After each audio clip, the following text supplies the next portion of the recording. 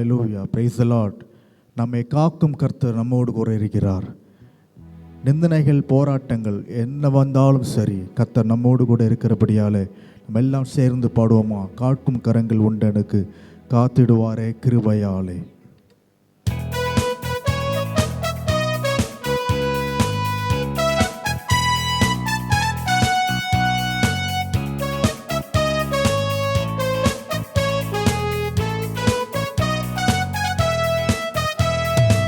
காக்கும் கரங்கள் உண்டனக்கு, காத்திடுவா கிருபையாலே.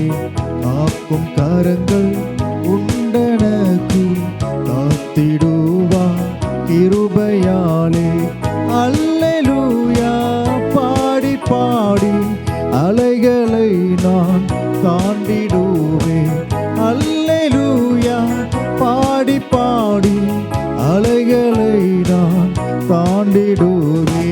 நம்புவே இயேசுவை, நம்புவே இயேசுவை, நம்புவே இயேசுவை, நம்புவே இயேசுவை.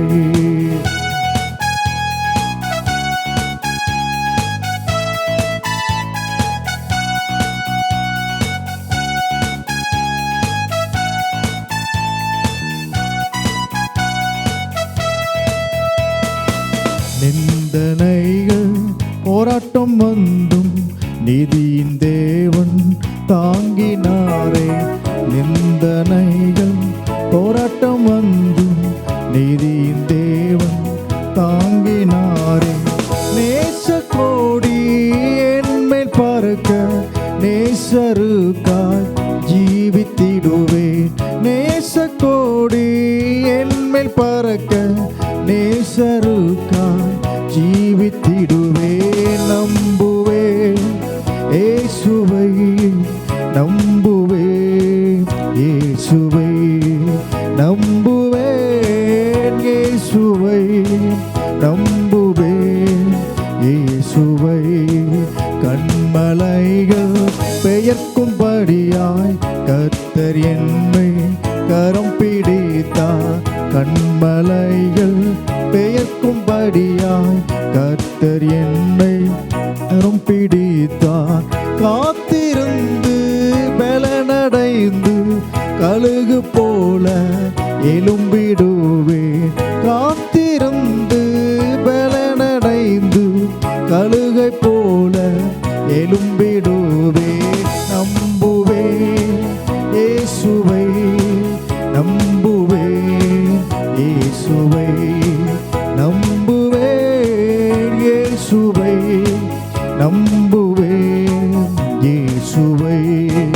அத்திமரம் துளிர் விடாமல் ஆட்டு மந்தை முதலற்றாலும், அத்திமரம் துளிர் விடாமல் ஆட்டு மந்தை முதலற்றாலும், கர்த்தருக்கு காத்திருப்போம் வெட்கப்பட்டு போவதில்லை. கர்த்தருக்கு காத்திருப்போம் வெட்கப்பட்டு போவதில்லை.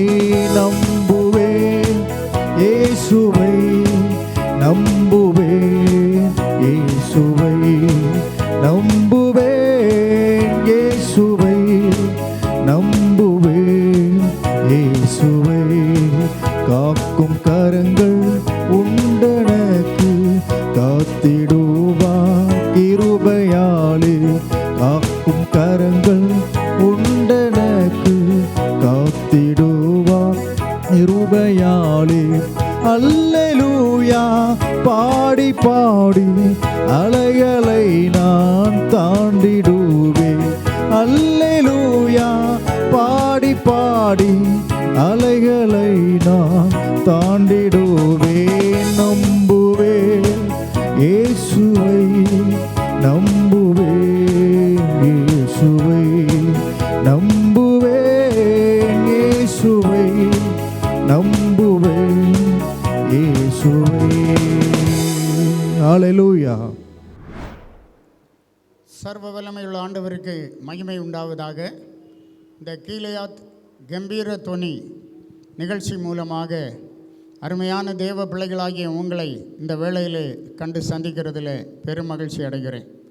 நம்முடைய தேவனாகிய கர்த்தர் கடந்த நாட்களெல்லாம் நம்மை கண்ணின் மணி போல பாதுகாத்து விசுவாசத்திலே நம்மை நிலைநிறுத்தி அவருடைய அன்பினால் நம்மை ஆதரித்து வந்திருக்கிறார். ஒவ்வொரு நாளும் நம்முடைய வாழ்க்கையில் எண்ணி முடியாத அற்புதமான காரியங்களை ஆண்டவர் நமக்கு செய்கிற தேவனாயிருக்கிறார். இந்த நாளிலும் கூட நம்முடைய தியானத்திற்காக நாம் தெரிந்து கொண்டதான வேத பகுதி கலாத்தியருக்கு எழுதப்பட்டதான நிருபம் 5வது அதிகாரம் 24வது வசனம். கிறிஸ்துவினுடையவர்கள் தங்கள் மாம்சத்தையும் அதன் ஆசை இச்சைகளையும் சிலுவையில் அறைந்திருக்கிறார்கள். கிறிஸ்துவினுடையவர்கள் என்று சொல்லப்பட்டிருக்கிறது. ஒரு காலத்தில் நாம் கிறிஸ்துவை அறியாதவர்களாக இருந்தோம். சத்துருவுக்கு சாத்தானுக்கு அடிமைப்பட்ட வாழ்க்கை நாம் நடத்தி கொண்டிருந்தோம். ஆனால் இன்றைக்கு அப்படி அல்ல. கர்த்தராகிய இயேசு கிறிஸ்துவின் இரத்தத்தினாலே கழுவப்பட்டு பாவமில்லாத ஒரு பரிசுத்த வாழ்க்கைக்கு நேராக தேவன் நம்மை அழைத்து செல்லுகிறதை நாம் பார்க்கிறோம். கிறிஸ்துவினுடையவர்கள் தங்கள் மாம்சத்தையும் அதன் ஆசை இச்சைகளையும் சிலுவையில் அறைந்திருக்கிறார்கள் என்று சொல்லப்பட்டிருக்கிறது. கர்த்தராகிய இயேசு கிறிஸ்து இந்த உலகத்தில் வெளிப்பட்டு நம்மை போல மாம்சமும் இரத்தமும் உடையவராக காணப்பட்டார். அற்புதங்கள் பல செய்தார். ஆச்சரியமான உபதேசங்களை நமக்கு கொடுத்தார். பரலோக ராஜ்யத்தின் இரகசியங்களை நமக்கு வெளிப்படுத்தி தந்தார். அக்கிரமக்காரர்கள் அவரை பிடித்து சிலுவையில் அறைந்தார்கள், கொன்றார்கள், அடக்கம் பண்ணப்பட்டார். 3வது நாளிலே அவர் உயிரோடு எழுந்தார் என்று நாம் பார்க்கிறோம். பாரமான சிலுவையை சுமந்து கொல்கதா மலையிலே அவர் வானத்துக்கும் பூமிக்கும் நடுவாக நமக்காக தொங்கினார். எவ்வளவோ வேதனைகளை அவர் சகித்தார். அவருடைய இரத்தம் சகல பாவங்களை நீக்கி நம்மை சுத்திகரிக்கிறது. கிறிஸ்துவினுடையவர்கள் தங்கள் மாம்சத்தையும் மாம்சத்தின் ஆசை இச்சைகளையும் சிலுவையில் அறைந்திருக்கிறார்கள் என்று இங்கே அப்போஸ்தலன் எழுதுகிறதை நாம் பார்க்கிறோம். இன்றைக்கு தேவனாகிய கர்த்தர் நம்மை கிறிஸ்துவினுடையவர்களாக மாற்றியிருக்கிறார். அதாவது கிறிஸ்துவின் ஆவி உடையவர்களாக அவர் நம்மை மாற்றியிருக்கிறார். கிறிஸ்துவின் ஆவி இல்லாதவன் அவருடையவன் அல்ல என்று வேத வசனம் திட்டவட்டமாக சொல்லுகிறது. ஆகவே இன்றைக்கு நாம் கிறிஸ்துவினுடையவர்களாக இருக்கிறோம். இந்த கிறிஸ்துவினுடையவர்களாகிய நம்முடைய அனுதின வாழ்க்கையிலே சிலுவை என்கிறதான தலைப்பில் இந்த வேத வசனத்தை நாம் தியானிக்க போகிறோம். நம்முடைய அனுதின வாழ்க்கையிலே சிலுவை என்கிறதான் இந்த செய்தியின் தலைப்பு. இதை 3 பகுதிகளாக நாம் பிரிக்கிறோம். முதலாவதாக பரிசுத்த ஆவியானவருடைய வெளிப்பாடு, 2வதாக மாம்ச இச்சை, 3வதாக மாம்சத்தை சிலுவையில் அறைவது அல்லது ஆவியினால் நடத்தப்படுவது. இதை குறித்து நாம் சுருக்கமாக பார்க்க போகிறோம். முதலாவதாக பரிசுத்த ஆவியானவரின் வெளிப்பாடு. நம்முடைய வாழ்க்கையில், அன்றாட வாழ்க்கையில் பரிசுத்த ஆவியானவருடைய வெளிப்பாடு, அதை குறித்து நாம் தியானிக்க போகிறோம். கலாத்தியருக்கு எழுதப்பட்ட நிருபம் 4ஆம் அதிகாரம் 5-6 வசனங்களை நாம் படிக்கும்போது, காலம் நிறைவேறின போது ஸ்திரீயினிடத்தில் பிறந்தவரும் நியாயப்பிரமாணத்திற்கு கீழானவருமாகிய தம்முடைய குமாரனை அவர் அனுப்பினார். மேலும் நீங்கள் புத்திரராய் இருக்கிறபடியினால் அப்பா பிதாவே என்று கூப்பிடத்தக்கதாக தேவன் தமது குமாரனுடைய ஆவியை உங்கள் இருதயங்களில் அனுப்பினார். காலம் நிறைவேறின போது கர்த்தராகிய இயேசு கிறிஸ்துவை, அதாவது தம்முடைய குமாரனை தேவன் அனுப்பினார் என்று சொல்லப்பட்டிருக்கிறது. அது மாத்திரமல்ல, நீங்கள் புத்திரராய் இருக்கிறபடினால் அப்பா பிதாவே என்று கூப்பிடத்தக்க தேவன் தமது குமாரனுடைய ஆவியை உங்கள் இருதயங்களிலே அனுப்பினார். இன்றைக்கு நம்முடைய இருதயங்களிலே கர்த்தராகிய இயேசு கிறிஸ்துவினுடைய ஆவி, அதாவது குமாரனுடைய ஆவி இருக்கிறது என்கிறத நாம் புரிந்து கொள்ள வேண்டும். அதாவது நாம் இயேசு கிறிஸ்துவைக்குள்ளே நாம் என்ன செய்கிறோம்? தேவனால் தத்தெடுக்கப்பட்டிருக்கிறோம். அவரை நோக்கி அப்பா பிதாவே என்று கூப்பிடத்தக்க அந்த புத்திர சுவிகார அனுபவத்தை உடையவர்களாக தேவன் நம்மை மாற்றி இருக்கிறார். இப்போ பரிசுத்தாவியானவருடைய வெளிப்பாடு, ஒரு கிறிஸ்தவ வாழ்க்கையிலே பரிசுத்தாவியானவருடைய வெளிப்பாடு, அதை குறித்து தான் இந்த கலாத்திய நிருபத்தில் நாம் பார்க்கிறோம். இப்போ பரிசுத்தாவியானவர் நம்மை, கிறிஸ்துவின் ஆவியை தேவன் நமக்கு தந்து நம்மை தத்தெடுத்திருக்கிறார். ரெண்டாவதாக நாம் படிக்கும்போது 5ஆம் அதிகாரம் 16வது வசனத்தில் பார்க்கும்போது, பின்னும் நான் சொல்லுகிறது என்னவென்றால், ஆவிக்கேற்றபடி நடந்து கொள்ளுங்கள், அப்பொழுது மாம்ச இச்சையை நிறைவேற்றாதிருப்பீர்கள். ஆவிக்கேற்றபடி நடந்து கொள்ளுங்கள் என்று சொல்லுகிறார். இப்போ பரிசுத்தாவியானவருக்கு ஏற்றபடி நாம் நடந்து கொள்ள வேண்டும். 5 காரியங்கள் இதில் சொல்லப்பட்டிருக்கிறது. ஒரு கிறிஸ்தவனுடைய வாழ்க்கையில் ஆண்டவர் நம்மை தத்தெடுத்திருக்கிறார், அதாவது அவருடைய பிள்ளையாக மாற்றி இருக்கிறார். ரெண்டாவதாக ஆவிக்கேற்றபடி நடந்து கொள்ளுங்கள் என்று ஆண்டவர் நமக்கு சொல்லிக் கொடுக்கிறத நாம் பார்க்கிறோம். ஆவிக்கேற்றபடி நடந்து கொள்ளுங்கள். மூன்றாவதாக 18வது வசனத்தில் படிக்கிறோம், ஆவியினால் நடத்தப்படுவீர்களானால் நீங்கள் நியாயப்பிரமாணத்திற்கு கீழ்ப்பட்டவர்கள் அல்ல. ஆவியினால் நடத்தப்படுவீர்களே ஆனால், அதாவது ஆவியினால் நீங்கள் நடத்தப்பட வேண்டும். ஆவிக்கேற்றபடி நடந்து கொள்ளுங்கள், நீங்கள் ஆவியினால் நடத்தப்பட வேண்டும் என்று மூன்றாவதாக சொல்லுகிறார். நான்காவதாக 25வது வசனத்தில், நாம் ஆவியினாலே பிழைத்திருந்தால், நாம் ஆவியினாலே பிழைத்திருந்தால் ஆவிக்கேற்றபடி நடக்கவும் கடவும் என்று சொல்லுகிறத நாம் பார்க்கிறோம். அதாவது பரிசுத்தாவியானவருக்கு ஏற்றபடியான நடக்கை நம்மிலே காணப்பட வேண்டும் என்று சொல்லுகிறார். கடைசியாக 5ஆவதாக 6ஆம் அதிகாரத்தில் நாம் வாசிக்கிறோம் 8வது வசனம், தன் மாம்சத்திற்கென்று விதைக்கிறவன் மாம்சத்தினால் அழிவை அறுப்பான், ஆவிக்கென்று விதைக்கிறவன் ஆவியினாலே நித்திய ஜீவனை அறுப்பான். தேவ பிள்ளைகளாகிய நாம் எல்லாம் மாம்சத்துக்கென்று விதைக்கிறவர்களாய் காணப்படக்கூடாது. ஏனென்றால் கிறிஸ்துவின் ஆவியானவர் நம்மிலே இருக்கிறபடியினால நாம் ஆவிக்கென்று விதைக்கிறவர்களாக காணப்பட வேண்டும். ஆவிக்கென்று விதைக்கிறவன் ஆவியினாலே நித்திய ஜீவனை அறுப்பான் என்று சொல்லப்பட்டிருக்கிறது. ஆவிக்கென்று விதைக்கிறவன் ஆவியினாலே நித்திய ஜீவனை அறுப்பான். இந்த அருமையான வேளையிலும் கூட நாம் ஆவிக்கென்று விதைக்கிறவர்களாக இருக்க வேண்டும். இப்படியாக பரிசுத்தாவியானவருடைய வெளிப்பாடு ஒவ்வொரு நாளும் நம்முடைய வாழ்க்கையில் ஆஸ் எ கிறிஸ்டின் காணப்படுகிறது. அது காணப்பட வேண்டும். அதில் தேவ பிள்ளைகளாகிய நாம் கவனமாக இருக்க வேண்டும். பாருங்கள், தேவன் நம்மை அவருடைய பிள்ளைகளாக மாற்றி இருக்கிறார். ரெண்டாவதாக ஆவியில் கேற்றபடி நடவுங்கள் என்று சொல்லுகிறார். மூன்றாவதாக ஆவியினாலே நடத்தப்படுங்கள் என்று சொல்லுகிறார். நான்காவதாக ஆவியின் நடத்தையை பின்பற்றுங்கள் என்று சொல்லுகிறதை நாம் பார்க்கிறோம். 25வது வசனத்தில், நாம் ஆவியினாலே பிழைத்திருந்தால் ஆவிக்கேற்றபடி நடக்கவும் கடவும் என்று சொல்லுகிறதை நாம் பார்க்கிறோம். கடைசியாக 5ஆவதாக ஆவிக்கென்று விதையுங்கள் என்று அவர் சொல்லுகிறார். இப்படியாக நம்முடைய அனுதின வாழ்க்கையிலே பரிசுத்தாவியானவருடைய வெளிப்பாடு அதிகமாக காணப்படுகிறது. இந்த பரிசுத்தாவியானவர் தான் நம்மை வழி நடத்துகிறவர். இந்த பரிசுத்தாவியானவர் நம்மை நடத்தும்போது நாம் ஆவிக்கேற்றபடி விதைக்க முடிகிறது.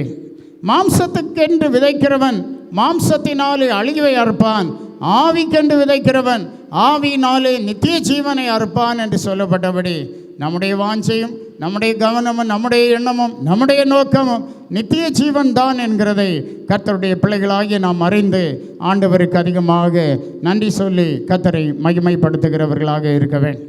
ரெண்டாவதாக நாம் பார்க்கும்போது மாம்ச இச்சையை குறித்து நாம் பார்க்கிறோம். உலகத்தில் பாருங்கள், மனுஷராக நாம் வாழும்போது உலகத்தின் மாயை நம்மை இழுத்து விடுகிறது. மாம்ச இச்சையை குறித்து அப்போஸ்தலனாகிய யோவான் தன்னுடைய நிரூபத்தில் எழுதுகிறதை நாம் பார்க்கிறோம். 1 யோவானில் நாம் படிக்கும்போது பாருங்கள், ஸ்தோத்திரம், அதில் அவர் சொல்லுகிறார், அது தேவனால் உண்டானது அல்ல. 2ஆம் அதிகாரத்தில் 15, 16, 17 வசனங்களை வாசிக்கிறோம். உலகத்திலும் உலகத்தில் உள்ளவைகளிலும் அன்பு கூறாதிருங்கள். ஒருவன் உலகத்தில் அன்பு கூர்ந்தால் அவனிடத்தில் பிதாவின் அன்பில்லை. ஏனெனில் மாம்சத்தின் இச்சையும் கண்களின் இச்சையும் ஜீவனத்தின் பெருமையுமாகிய உலகத்தில் உள்ளவைகள் எல்லாம் பிதாவினால் உண்டானவைகள் அல்ல, அவைகள் உலகத்தினால் உண்டானவைகள். உலகமும் அதன் ஆசை இச்சையும் ஒளிந்து போம். தேவனுடைய சித்தத்தின்படி செய்கிறவனோ என்றென்றைக்கும் நிலைத்திருப்பான். மாம்சத்தின் இச்சையும் கண்களின் இச்சையும் ஜீவனத்தின் பெருமையுமாகிய உலகத்தில் உள்ளவைகளெல்லாம் பிதாவினால் உண்டானவைகள் அல்ல என்று அவர் சொல்லுகிறார். இப்போ நம்முடைய தேவனாகிய கர்த்தர் இந்த உலகத்தில் மனுஷனுக்கு தேவையான எல்லாவற்றையும் உண்டு பண்ணி வைத்து 6வது நாளில் மனுஷனையும் உண்டு பண்ணினார் என்று நாம் பார்க்கிறோம். அந்த பிதாவாகிய தேவன் இவைகளை உண்டு பண்ணவில்லை. மாம்சத்தின் இச்சை, கண்களின் இச்சை, ஜீவனத்தின் பெருமையாகிய இவைகளை பிதாவாகிய தேவன் உண்டு பண்ணவில்லை. இவைகள் உலகத்தினால் உண்டானவைகள் என்று நாம் படிக்கிறோம். அப்போ இவைகள் உலகத்தினாலே உண்டானபடியினாலே நீங்கள் இதில் உலகத்தில் உள்ளவைகளிலும் நீங்கள் அன்பு கூறக்கூடாது என்று அங்கே சொல்லுகிறார். இன்றைக்கு உலகத்தில் நடக்கிற எந்த ஒரு பாவத்தை நாம் எடுத்துக்கொண்டாலும் அதை இந்த 3 கேட்டகரிக்குள்ளாக நாம் கொண்டு வந்து விடலாம். மாம்சத்தின் இச்சை, கண்களின் இச்சை, ஜீவனத்தின் பெருமை ஆகிய இந்த தலைப்புகளுக்குள்ளாக நம்மால் கொண்டு வர முடியும் என்று பார்க்கிறோம். ஆதியாகமம் புத்தகத்தில் நாம் ஏவாள் பாவம் செய்ததை குறித்து நாம் படிக்கிறோம். சர்ப்பமானது ஏவாளிடத்திலே அந்த கனியை குறித்து பேசிவிட்டு சென்று விட்டார். அப்போது ஏவாள் அந்த கனியை பார்க்கும்போது 3ஆம் அதிகாரம் 6வது வசனம் சொல்கிறது, அப்பொழுது அந்த ஸ்திரீயானவள் அந்த விருட்சம் புசிப்புக்கு நல்லதும் பார்வைக்கு இன்பமும் புத்தியை தெளிவிக்கிறதற்கு இச்சிக்கப்படத்தக்க விருட்சமுமாய் இருக்கிறது என்று கண்டு அதன் கனியை பறித்து புசித்து தன் புருஷனுக்கும் கொடுத்தாள், அவனும் புசித்தான். அதுவரையிலும் அந்த தோட்டத்தில் தான் அந்த மரமும் கனியும் இருந்தது. ஆனால் ஆண்டவருடைய வார்த்தைக்கு இணங்க அவள் கீழ்ப்படிந்து நடந்து வந்தாள். இப்போது சர்ப்பமானது ஒரு தவறான ஆலோசனை அவளுக்கு கொடுத்தவுடனாக அவளுடைய கவனம் அந்த மரத்துக்கு நேராக, அந்த பழத்துக்கு நேராக, கனிக்கு நேராக செல்லுகிறத நாம் பார்க்கிறோம். அப்பொழுது ஸ்திரீயானவள் அந்த விருட்சம் புசிப்புக்கு நல்லது என்று கண்டாள். மாம்சத்தின் இச்சை, அதை புசித்தால் நன்றாயிருக்கும் என்று அவள் கண்டாள். 2வதாக பார்வைக்கு இன்பமாய் இருக்கிறது என்று அவள் கண்டாள். கண்களின் இச்சை பார்வைக்கு இன்பமாய் இருக்கிறது. இந்த பழத்தை பார்த்தாலே சாப்பிட வேண்டும் என்கிறதான ஒரு எண்ணம் உண்டாகிறது. பார்வைக்கு இன்பமாய் இருக்கிறது கண்களின் இச்சை. 3வதாக புத்தியை தெளிவிக்கிறதற்கு அது இச்சிக்கப்படத்தக்க விருட்சம் என்று கண்டாள். கடைசியாக அவள் அதை பார்க்கிறாள். ஏனென்றால் பாருங்கள், ஜீவனத்தின் பெருமை. சர்ப்பம் அவளுக்கு ஆலோசனை கொடுத்தது, இதை புசிக்கும் நாளிலே நீ அவரை போல ஆகிவிடுவாய். 5ஆம் வசனத்தில் நாம் அதை வாசிக்கிறோம். நீங்கள் இதை புசிக்கும் நாளிலே உங்கள் கண்கள் திறக்கப்படும் என்றும் நீங்கள் நன்மை தீமை அறிந்து தேவர்களைப் போல் இருப்பீர்கள் என்றும் தேவன் அறிவார் என்றது. எவ்வளவு தந்திரமான ஒரு ஆலோசனையை கொடுத்து போகிறது. இதை புசிக்கும் நாளிலே உங்கள் கண்கள் திறக்கப்படும், நீங்கள் நன்மை தீமை அறிந்து தேவர்களைப் போல இருப்பீர்கள் என்று ஒரு தப்பான ஆலோசனை கொடுத்து விட்டு சர்ப்பம் சென்று விட்டது. ஆனால் அது அவளுக்கு கண்ணியாய் முடிந்தது. அவளுக்கு ஜீவனத்தின் பெருமை உண்டானது. நானும் தேவனைப் போல் ஆகிவிடலாம் என்கிற எண்ணத்தில் அந்த பழத்தை பறித்து புசித்து புருஷனுக்கும் கொடுத்தாள் என்று பார்க்கிறோம். பயங்கரமான சாபம், பயங்கரமான பாவம் அவர்களை ஆட்கொண்டு ஏதேன் தோட்டத்திலிருந்து அவர்கள் துரத்தப்பட்டு வெளியே வந்து விட்டார்கள் என்று பார்க்கிறோம். இதன் மூலமாக முழு மனுக்குலமும் பாருங்க பாவத்துக்குள்ளாக அடைபட்டு போனது. மாம்சத்தின் இச்சை என்று நாம் பார்க்கிறோம். எவ்வளோ பயங்கரமான காரியங்கள். 2 பேதுரு 1 அதிகாரத்திலே 4வது வசனம் சொல்லுகிறது, இச்சையினால் உலகத்தினால் உண்டான கேட்டுக்கு தப்பி திவ்ய சுபாவத்துக்கு பங்குள்ளவர்கள் ஆகும் பொருட்டு மகா மேன்மையும் அருமையுமான வாக்குத்தத்தங்களும் அவைகளினாலே நமக்கு அளிக்கப்பட்டிருக்கிறது. அப்போ தேவனுடைய திவ்ய வல்லமையினாலே நமக்கு வாக்குத்தத்தங்கள் அருளப்பட்டிருக்கிறது. இச்சையினாலே ஏவாளுடைய இச்சையினாலே உலகத்துக்கு உண்டான கேடு, உலக ஜனங்களுக்கு உண்டான கேட்டுக்கு தப்பும்படியாக தப்பி ஆண்டவருடைய அந்த திவ்ய சுபாவத்துக்கு பங்குள்ளவர்களாக நாம் மாறும்படியாக பாருங்கள், மகா மேன்மையும் அருமையுமான வாக்குத்தத்தங்கள் நமக்கு தேவனுடைய திவ்ய வல்லமையினாலே கொடுக்கப்பட்டது. எல்லா மனுஷரும் இந்த பாவத்திற்கு உள்ளாக அடைபட்டிருந்தாலும், இந்த கீழ்ப்படியாமைக்குள்ளாக அடைபட்டிருந்தாலும், இச்சையினாலே உலகத்தில் உண்டான கேட்டுக்கு தப்பக்கூடிய ஒரு வழியை, ஒரு மார்க்கத்தை கர்த்தராகிய இயேசு கிறிஸ்து நமக்கு திறந்து தந்தார் என்று பார்க்கிறோம். இந்த அருமையான வாக்குத்தத்தங்களை தேவ பிள்ளைகளாகி நாம் பற்றி பிடித்து இந்த வாக்குத்தத்தங்கள் படி, இந்த வசனங்கள் படி நம்மை காத்துக்கொள்ள வேண்டியது மிகவும் அவசியமாக இருக்கிறது. அதில் 2ஆம் அதிகாரம் 10ஆம் வசனம் வாசிக்கும்போது விசேஷமாக அசுத்த இச்சையோடே மாம்சத்துக்கு ஏற்றபடி நடந்து கர்த்தத்துவத்தை அசட்டை பண்ணுகிறவர்களை அப்படி செய்வார். எப்படி நியாய தீர்ப்புக்கு ஒப்பு கொடுப்பார். அசுத்த இச்சையோடே மாம்சத்திற்கேற்றபடி நடந்து கர்த்தத்துவத்தை, அதிகாரங்களை அசட்டை பண்ணுகிறவர்களை தேவன் நியாய தீர்ப்பின் நாளுக்கு வைக்க அறிந்திருக்கிறார். இவர்கள் துணிகரக்காரர், அகங்காரிகள், மகத்துவங்களை தூஷிக்க அஞ்சாதவர்கள். இவர்கள் துணிகரக்காரர், அகங்காரிகள், மகத்துவங்களை தூஷிக்க அஞ்சாதவர்கள் என்று நாம் பார்க்கிறோம். அப்போ இப்படிப்பட்ட ஜனம் அசுத்த இச்சையோடு மாம்சத்திற்கேற்றபடி நடந்து கொள்ளுகிறது. இப்படி மாம்ச இச்சை தேவனை விட்டு நம்மை பிரித்து விடுகிறது. ரோமர் 8ஆம் அதிகாரத்தில் வாசிக்கிறோம், மாம்சத்திற்கு உட்பட்டவர்கள் தேவனுக்கு பிரியமாயிருக்க மாட்டார்கள் என்று சொல்லப்பட்டிருக்கிறது 8வது வசனத்தில். ஆகவே மாம்ச சிந்தை மரணம், ஆவியின் சிந்தையோ ஜீவனும் சமாதானமுமாம் என்று பார்க்கிறோம். ஆகவே இந்த நாட்களில் கர்த்தருடைய பிள்ளைகளாகிய நாம் மாம்ச சிந்தைகளை விட்டு ஆவியின் சிந்தையை அணிந்தவர்களாக நாம் காணப்பட வேண்டும். கடைசியாக நாம் பார்க்கும்போது மாம்ச சிந்தை சிலுவையில் அறையப்பட்டிருக்கிறது என்று சொல்லுகிறார். நாம் வாசித்த கலாத்தியர் 5:24 கிறிஸ்துவினுடையவர்கள் தங்கள் மாம்சத்தையும் அதன் ஆசை இச்சைகளையும் சிலுவையில் அறைந்திருக்கிறார்கள் என்று சொல்லப்பட்டிருக்கிறத பார்க்கிறோம். மாம்சத்தை சிலுவையில் அறைகிறது, அல்லது இன்னும் சொன்னால் ஆவியினாலே நடத்தப்படுகிறதான ஒரு அனுபவம் இருக்கிறது. மனதும் மாம்சமும் விரும்பினபடி சிலர் வாழுகிறார்கள். அது ஒரு வித்தியாசமான வாழ்க்கை. அது மரணத்துக்கு நேராக நம்ம இழுத்து செல்லுகிறது.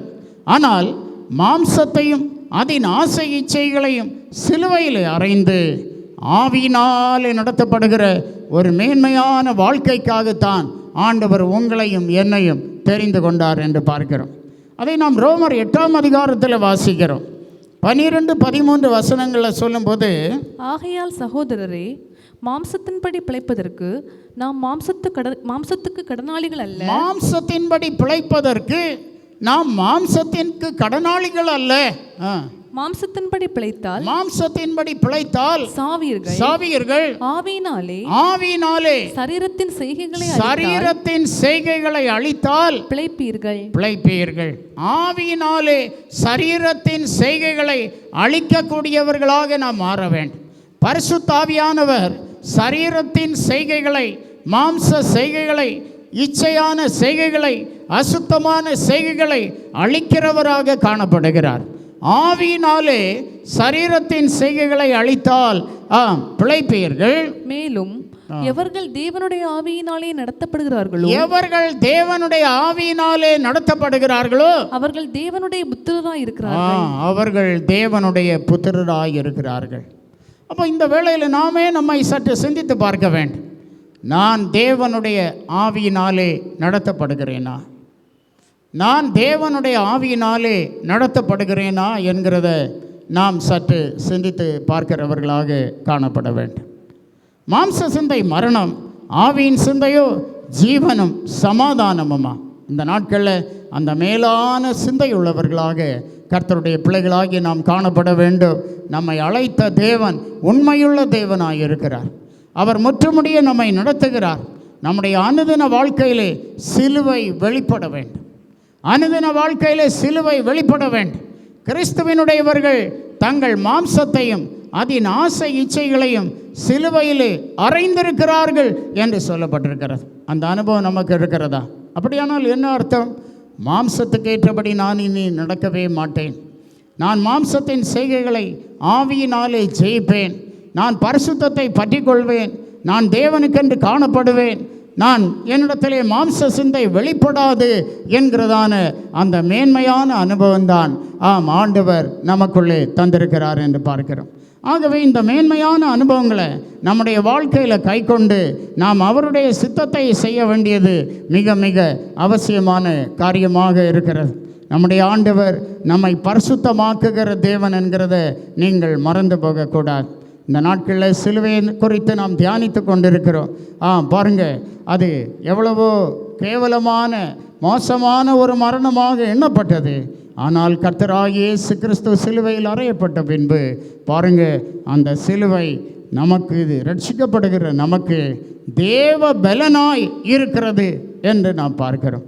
நம்முடைய வாழ்க்கையில் பற்பல விதமான சோதனைகளும் சூழ்நிலைகளும் நம்மை ஆட்கொள்ளும் போது, நாம் சோர்ந்து போகும்போது, நாம் தளர்ந்து போகும்போது தேவன் அந்த சிலுவையின் காட்சியை தந்து நம்மை தேவ பலன் உள்ளவர்களாக கர்த்தர் மாற்றுகிறார். அந்த மேன்மையான அனுபவத்துக்காக நாம் நம்மை அதிகமாக ஒப்பு கொடுக்க வேண்டியது மிக மிக அவசியமாக இருக்கிறது என்று நாம் பார்க்கிறோம். ஆகவே நாம் வாசித்தது போல கிறிஸ்துவினுடையவர்கள் தங்கள் மாம்சத்தையும் அதன் ஆசை இச்சைகளையும் சிலுவையில் அறைந்திருக்கிறார்கள். இந்த நேரத்தில் தேவ பிள்ளைகளாகிய நாம் ஒவ்வொருவரும் கிறிஸ்துவின் பாடுகளை நினைத்து நம்முடைய மாம்சத்தையும் ஆசை இச்சைகளையும் சிலுவையில் அறையும்படி, ஆண்டவரே இனி அவைகள் எனக்கு வேண்டாம் என்று சொல்லி தேவ சமூகத்தில் கொஞ்ச நேரம் நாம் நம்மை தாழ்த்தி ஜெபிப்போம். கர்த்தர் நம்மோடு இருந்து நல்ல பரிசுத்தமான வாழ்க்கையை நமக்கு தருவாராக. அப்படியே நாம் ஜெபிப்போம். நம்மை கர்த்தருடைய சமூகத்தில் தாழ்த்துவோம். ஆண்டவரே, கல்வாரி சிலுவையிலே எனக்காக எவ்வளவோ பாடுகளை சகித்தீர் ஆண்டவரே, எவ்வளவோ நிந்தைகளை சகித்தீர் ஆண்டவரே.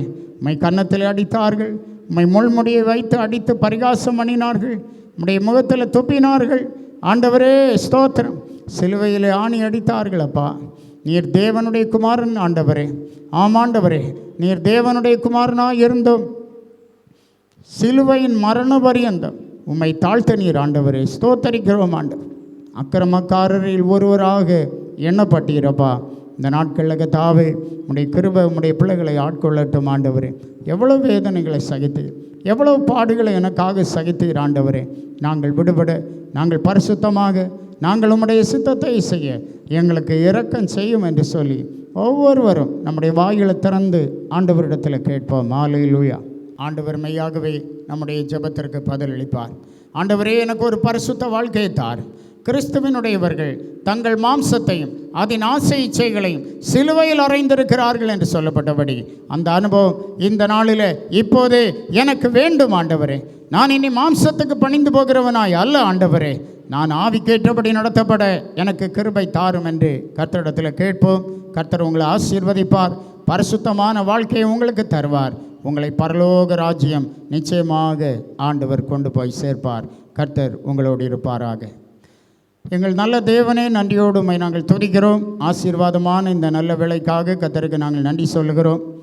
ஆண்டவரே, இந்த நாளிலும் கூட கர்த்தாவே, விலையேறப்பெற்ற உம்முடைய வார்த்தைகளை நாங்கள் தியானிக்க, சிலுவையை குறித்து தியானிக்க எங்களுக்கு கிருபை தந்தீர் ஆண்டவரே. எங்கள் அனுதின வாழ்க்கையிலே சிலுவை என்கிறதான தலைப்பில் கர்த்தாவே, நாங்கள் அந்த சிலுவையின் அன்பை குறித்து நாங்கள் தியானித்தோம் ஆண்டவரே. ஸ்தோத்திரம் ஆண்டவரே. எங்கள் ஒவ்வொருவருடைய வாழ்விலும் பரிசுத்த ஆவியானவர் ஒவ்வொரு நாளும் எவ்விதமாக வெளிப்படுகிறார் என்கிறதை குறித்து நாங்கள் அறிந்து கொண்டோம் ஆண்டவரே. ஸ்தோத்திரம் ஆண்டவரே. இன்னும் ஆண்டவரே, மாம்ச இச்சையை குறித்து நாங்கள் ஆண்டவரே ஸ்தோத்திரம் ஆண்டவரே இந்த வேளையில் கர்த்தாவே நாங்கள் தியானித்தோம். ஹல்லேலூயா. ஸ்தோத்திரம் ஆண்டவரே. மாம்சத்தின் இச்சை, கண்களின் இச்சை, ஜீவனத்தின் பெருமை இவைகள் பிதாவினால் உண்டானவைகள் அல்ல என்கிறத நாங்கள் அறிந்து கொண்டோம் ஆண்டவரே. இன்னும் ஆண்டவரே, மாம்சத்தையும் அதன் ஆசை இச்சைகளையும் சிலுவையில் அறையப்படுகிறது. ஆமாண்டவரே, ஆவியினால் நடத்தப்படுகிற ஒரு அனுபவம் என்ன என்று அறிந்து கொள்ள கிருபை தந்தீரப்பா. நாங்கள் கேட்ட வசனத்தின்படி எங்களை காத்துக்கொள்ள உம்முடைய சித்தத்தை செய்ய கர்த்தர் கிருபை தார். உம்முடைய பிள்ளைகளை நிறைவாய் ஆசீர்வதியும், இவர்கள் வாஞ்சைகளை திருப்தி ஆக்கும், பலப்படுத்தும். இயேசுவின் மூலம் கேட்கிறோம் பிதாவே. ஆமென். ஆமென். God plus.